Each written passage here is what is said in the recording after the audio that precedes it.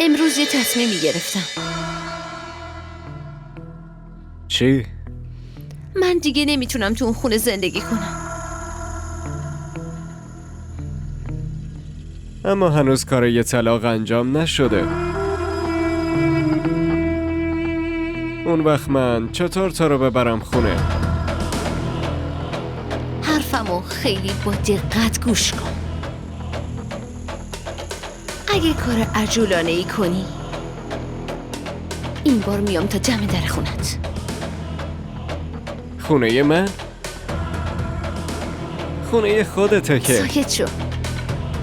حوصله این حرفاتو ندارم. به درد کاریم میخوری؟ از تو بهتر اون استینه که با یه جمله یه چک ششلگی جلوم گذاشت. اوه. این یعنی این که 2 تا کارت بانکی داری.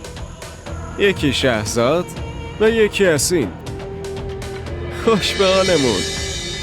چرا خوش به حال تو؟ ببین وقتی به پول نیاز داشته باشیم از اونا میخوایم. هر چقدر خواستیم. دیگه یه روپیه هم بهت نمیدم. یه روپیه.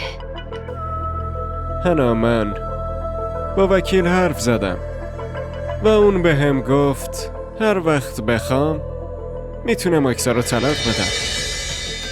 اما وقتی که نفقه اکسا و بچه رو پرداخت کنم اون وقت منم 50,000 گفتم. خوبه؟ 50,000؟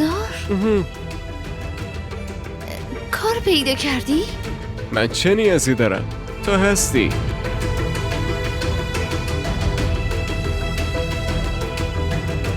چرا عصبانی میشی؟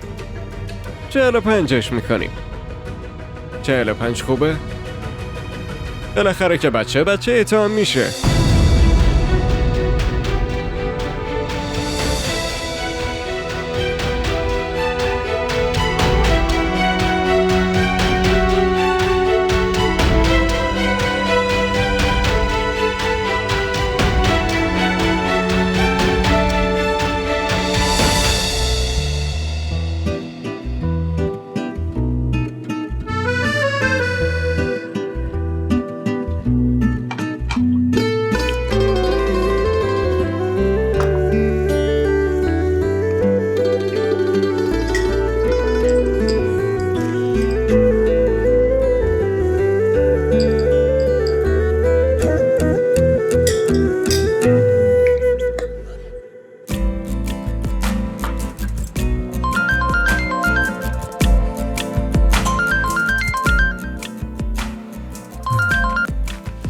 الو؟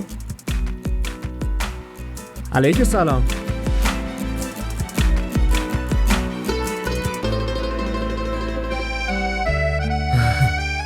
حتما شما دعوت کنین من با سر میام.